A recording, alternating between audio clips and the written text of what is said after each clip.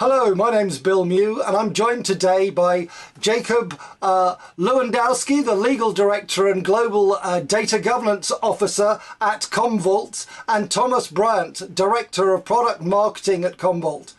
Jakub and Thomas, great to see you both, and thanks for making time to be here. Jakub, please introduce yourself and tell us a little bit about your role. So thanks for having me. Yes, my name is Jakub Lewandowski. I am the Global Data Governance Officer at Commvault, which means that on a daily basis, I deal with data privacy, data protection related requirements coming either from our customers or from our internal teams. I hope this webinar will be a great chance to exchange ideas, to ask maybe some controversial questions and share some insight on what's coming. Thank you. Jakub, thank you very much. And Thomas, can I ask you just to introduce yourself? Sure. Hi, I'm Thomas Bryant. I'm the Director of Product Marketing here at Commvault. And a lot of what I spend my time doing is also kind of understanding what customer challenges are having when it relates to data protection, data privacy, and how coming up with ways and solutions that customers can use to help address the concerns that they have. Thank you both very much indeed. And my name's Bill Mew. I'm the CEO of the Crisis Team, and I'm one of 3 authors of 3 articles that Commvault is doing for Data Privacy Week in January 2023. And the 2 other colleagues who've joined me, Jakub and Thomas, are the authors of the other 2 articles. So without further ado, I'd like to go on and just talk a little bit about the first article that we're focusing on. And Jakub, that's your article. In your article, Jakub, you focused on the massive wave of regulation that's heading our way and some of the main regulations on the horizon. Tell us a little bit about these. Yes, so let's start with this one. Happy 2023 Data Privacy Day. As you know, GDPR has been sort of a trend-setting development in the global data privacy area. So just as everyone started getting more and more cozy with the legislative environment created by GDPR and other data protection legislations around the world, here comes another massive wave which will turn everything almost upside down. We're gonna tell you, or in my article and during this webinar, I'll try to take you on a trip around the world, and we're gonna move from Australia and India. In Australia, there's a major plan of reholding or of complete overhaul of the Privacy Act, still dating to 1988. Then we're gonna look what's going on in India, a major technological hub, and the plans to introduce a very ambitious data privacy, data protection legislation. Then following the sun, we're going to see what's happening in Europe, and we're going to focus on just 2 selected pieces of legislation. That's going to be NIS2 directive and a finance sector specific regulation, the so-called DORA, regulation on digital operational resilience for the financial sector. So that's the overview. That's the handful of legislative developments that we handpicked for you. So which of these should companies be most concerned about? So it depends. It depends on your exposure to data. So it depends where data that you're processing, accessing is coming from. I think the most impactful piece of legislation will be NIS2 directive. It's the next iteration of the NIS1 directive from 2016. This legislation is aimed at improving the cybersecurity security posture of entities involved in handling in certain areas and in certain business sectors, and it will cover most likely over 160,000 different entities in Europe. So The impact is big, and it will trickle down as well to the supply chains, to the vendors, to ICT providers, and it will trickle outside of EU's borders. But we saw with GDPR that you mentioned earlier that it had it was a leading indicator around the direction that privacy regulation was going, and it was very closely followed by a lot of regulation and elsewhere in the world.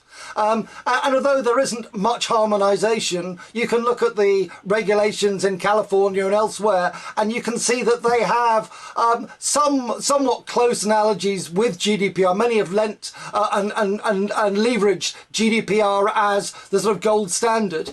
With NIS and others, do you expect other countries and other regions to follow its lead in the same way? Do you expect us to see a level of harmonisation, or is it going to be a patchwork arrangement of regulations that are going to vary distinctly from different regions? So, in 2023, we've got now something over 160 different data privacy laws around the world. Will this happen to the information security related regulations? Most likely. We will have a lot of fragmentation, a lot of legal fragmentation, but you can expect that certain mechanisms, certain concepts introduced by NIS2 will become sort of a gold standard around the world. Okay, and other than NIS, are there any that we should be particularly wary of? Are they particularly burdensome? Are they going to be as much of a challenge potentially as GDPR was? So a very interesting development is going on in the US, and it's basically, if you look at the history of data privacy laws in Europe, this is something a very similar pattern is repeating here. So now we're reaching 9 different state level legislations aimed at data privacy. So this is CPRA, CCPA, CPA, CDPA, UCPA, VCDPA, a whole load of new acronyms to learn, and an increasing fragmentation and the risk connected with the for companies for complying with all those various state laws. So what US is also trying to do, and hopefully we'll see some developments around that this year, is work on the federal level data privacy law. Looking from European perspective, this is sort of a natural outcome of how things should go. And this is extremely important also having in mind the issues with cross-border data transfers between Europe and US. Europe is simply looking at US to have a federal level, unified, harmonized data protection law. And you mentioned federal regulation in the US. Obviously, there hasn't been any federal regulation so far because they haven't been able to get much through Congress. There's been a great logjam there. There's a sort of gridlock at this moment in time. And that's meant that a lot of the states have gone their own way and done their own thing. Do you think this is going to change? Is there enough support for this type of regulation on both sides of the House? Do you see federal regulation coming soon? Or do you think we're going to be waiting a while before the sort of gridlock in Congress is unlocked and we truly start to see some leading edge federal regulation in the US? Well, everyone is looking at few, let's say, geographies that are kind of key and of key importance for IT sector. First is US, obviously. So I think that need has been highlighted, that there's a need for data privacy law to enable or to come back to have another iteration of an international arrangement that will allow for data privacy transfers. Sort of next round of safe harbor or privacy shield, but this time one that would stick. The other location is India. That is also a major tech hub, a major place where a lot of companies outsource their services, IT services, and both countries struggle to implement for years now a state level, federal level legislation. Well, it sounds like the long list of acronyms that you mentioned is going to be around for a while yet, and we possibly shouldn't be holding our breath for either things at a federal level or possibly at a global level in terms of harmonisation. So that brings us on to the next article, Thomas's article. And Thomas, you've taken the sort of array of regulation that Jakub has highlighted, and in your article, you've looked at some of the priorities for people who are actually going to have to look at, well, what do we do on the ground and how do we make sense of all this and how do we approach things? Because you don't necessarily get hung up by these regulations. There's a lot that we need to be doing. And what are the main priorities that you've been highlighting? Yeah, I mean, really, for IT professionals, it's hard to understand what are all these different regulations and what are the things that I have to do. But the general gist of it is that you have to protect your customers' private and sensitive data, just like you have to protect your company's private data that you have. So really, it kind of comes down to what I call my top 10 list around, number one, you have to have some sort of data protection strategy. That's both for private data, confidential data, as well as just everything that your organization and business has. Some of the things are table stakes like encryption, multi-person authorization, and things like immutable storage, which is just the idea of, hey, once I've stored this data, it needs to be untouchable. It needs to be safeguarded so that people cannot make changes. And then when we start talking about these regulations, as was mentioned earlier, we need to start thinking about things like data sovereignty. It's not just where I store the data, but who am I storing data for? Do they live in different regions? And so in that way, we have to think about different strategies for data governance and discovery, how we classify that data, and then how long does that data need to live, right? Different countries and different geographical regions have different requirements for how long we store the data, and on top of those things like, hey, what is it and where can we store it? How much protection does it need to have? And along with that, the last kind of two items on the top 10 list are around resilience planning. It's not just enough to say that we're protecting this data, but we need to have a plan in place for these regulations to show that we're actively protecting it. And should disaster happen, whether that's ransomware or an actual disaster, that we have some sort of incident response. And I think the last one that's kind of critical that companies can overlook a lot of times is just getting a risk assessment. A lot of times people will create these kind of run books and these resilience plans, and then they put it on a shelf and it stays there for 20 years and they never actually go back and test it. But these regulations are bringing to light the need for active assessments and planning and testing. And where should companies focus most? Or is it essential that you focus on all of these 10 items? I would say that it depends, like all things in technology. There's no one place to start. We're all kind of on a different journey in terms of where we are with protecting private data. I would say if you don't already have a data protection strategy, that's probably the first thing. And part of that is just understanding what do you have, right? So when I talked a little bit about data sovereignty and data governance, do you know what data you have and what of that is customer data, what data is private? Because if you don't know what you have, you don't necessarily know what you need to protect and how you need to protect it. So just understanding what you have and being able to classify it means that you can then start to do some of the basic things, right? Making sure that that data is always encrypted, that it's stored on storage that's highly protected and highly available. But for me, I think that one of the key things that customers really need to make sure that they're always doing is that resilience plan testing.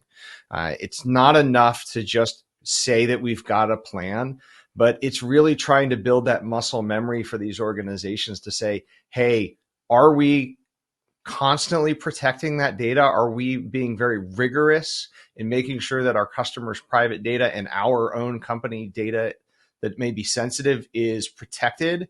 and recoverable, because a lot of times when you get into a situation, say like with a ransomware attack, right? How do I recover that data quickly? So if you don't have a plan in place, that can cause your business to not only have regulatory fines coming at you, but it can dramatically impact the amount of revenue your company may be able to generate. So I think resilience plan testing to me is probably one of the most key pieces once you have a solid data protection strategy. And so, as you explained, it's not just having the plan, it's testing it as well, because having backups is all well and good, but you don't know whether they're working until you actually try and test them and whatever. And the same goes for any sort of incident response plan. I just wanted to ask a little bit about where people should be focusing in terms of trying to get these 10 points right. Is there a particular framework that you could follow the NIST framework? You could sort of follow a zero trust approach. I mean, are all of these useful, or are there ones that are particularly relevant? Yeah, I think both of those that you mentioned, right? Being able to follow a zero trust model is key, right? We really can't trust any data or anywhere that it's coming from. So we really need to take a zero trust kind of framework. But I also really think NIST is applicable. A lot of these regulations are taking a lot of the NIST framework and building it into their regulations. So I think NIST is actually one of the most common frameworks that I've seen, and a lot of customers are adopting that. So, it's nice to see that people are kind of focusing in on just a few to start with. The other thing I would say is, if you do get to the point where you're doing resilience testing and you're following these frameworks, like you mentioned with NIST, one of the things that's really nice for companies to consider doing is to actually get that last one that I mentioned, which was the risk assessment. Knowing that you have a solid plan and testing your plan is fantastic, but actually leveraging third-party vendors who really understand these regulations and these frameworks, and also have to stay up to date on the latest, regulatory things and whatnot. It's really nice to have those external validations of people coming in. And that can even help with some things like ransomware insurance, right? A lot of companies are getting that because they're afraid of, hey, I need to be able to protect my customer data and my private data. And so they're getting that insurance. But how do they know that they're actually protected? They actually have to prove it in many cases. So having something like a risk assessment that follows a NIST framework is a great way to start for a lot of these companies as well. Well, that brings things together. I mean, I would certainly advocate people look at Jakub's article and some of the regulations coming down, and also Thomas's article to look at exactly how we meet some of these challenges. In the third article of this series, I go on to give people a little bit of a wake-up call, because in my viewpoint, there is a really compelling reason why you need to take all of this seriously. Unfortunately, there are a lot of reputable frameworks and cyber hygiene methodologies and the like, which we could actually follow very easily. But unfortunately, within many companies, the reality is that cyber hygiene is something that is possibly low down the list of priorities for a lot of staff, and many CIOs feel sometimes that they're knocking their head against a wall trying to get people to follow them. And therefore, although we have what are very worthy disciplines and recommendations and rules handed down by the CISO and the CIO, they're not always followed. And at the same time, we have regulations, and Jakub in his article has highlighted a number of these regulations, but there is a limited amount of enforcement. We've seen many of the big tech companies doing anything but leading by example. They are time and time again held up after one incident and after another for having contravened the data privacy laws, for failing to protect our privacy, failing to be secure, because all too often large tranches of data are found leaked on the web. And therefore, with the big tech companies not leading by example, with regulators certainly not holding them to account, and I would argue doing a limited amount of enforcement elsewhere, the reality is it's a bit like like the Wild West out there, and there isn't any sort of cavalry on its way to your rescue. If you find that you've had an incident, a data leak, or you've been breached in some way and possibly facing some sort of cybercrime, you're on your own. And therefore, in the third article in the series, I give very much a wake-up call, asking people to take this seriously, because there's no one out there you can't pick up the phone to local authorities or police, or even regional or federal ones, or even global ones, because there's a limited amount that we can do globally to crack down on all of this sort of cybercrime. We've had the United Nations, which has laid out a whole set of worthy priorities, and everyone in the world that's part of the UN has signed up to them. But the reality is there still are a number of global safe havens where cyber criminals are beyond the reach of the arm of the law. And it's not just these safe havens where this happens. A lot of this cybercrime's happening a little closer to home. So guys, as we start to look to wrap up here, and we start to look at bringing this together and are calling on people to take this seriously, because it has been identified as one of the greatest threats out there to business. Do you have any comments that you'd like to make in calling upon people to take this seriously? I mean, Jakub, can I start with you? Absolutely. So I think the reason we are seeing the increase of data and information security related legislation is precisely the need that is out there, the increasing amount of ransomware attacks, malicious actors acting.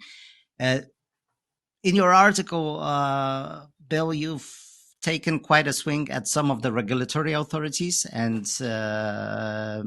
claiming that they might not necessarily be doing enough. But I would also like to show certain activities that actually go in a totally different direction. If you look at, for example, the Dutch Data Protection Authority or the German Data Protection Authorities, there are more, there's more than one. They are taking some serious actions to cooperate with businesses, to work instead of jump to sanctions immediately. So there are many different ways regulators can influence what's happening, and obviously they will never be able to go after everyone. I couldn't agree more, and I'd actually add the French to the list. I think they've got a very strong culture there in France of championing good practice and actually holding up to account where bad practices occurred. So there are many good regulators, and possibly didn't have enough room in my article to mention them all. But again, we would encourage everyone to go and read all three articles and whatever else they can find, because there's going to be a wealth of data out there on Data Privacy Week. And in particular, in my article, I actually focus on some of the things we should be most concerned about, because it is a wake-up call. And turning to you, Thomas, what are the things that keep you awake at night? What are the biggest concerns from your perspective? I think probably just the overall data protection strategy of companies. A lot of us, and I was in the IT department for a large pharmaceutical. A lot of times you just get complacent. You get used to what you're doing and how you do it, and you don't necessarily spend the time and energy just to keep your strategy of how you protect private data up to date. And it doesn't have to be a daunting task. It really is something that if you spend a little bit of time and kind of as mentioned earlier in the call, right, it's like an aircraft carrier. You can't just turn it to the right. It takes its time and it carries weight as it moves forward. So I think companies spending that time to really kind of just reevaluate their data privacy and data protection strategy, and start small. You don't have to do it all. You don't have to boil the ocean, but start with something and make it a priority. Make it a key objective for your organization. And the rest of the things around data sovereignty and governance and encryption and all the kind of table stakes things you should be doing will come along. But it keeps me awake at night when people don't keep that up to date. It doesn't have to be this big monumental task unless you wait until it's too late.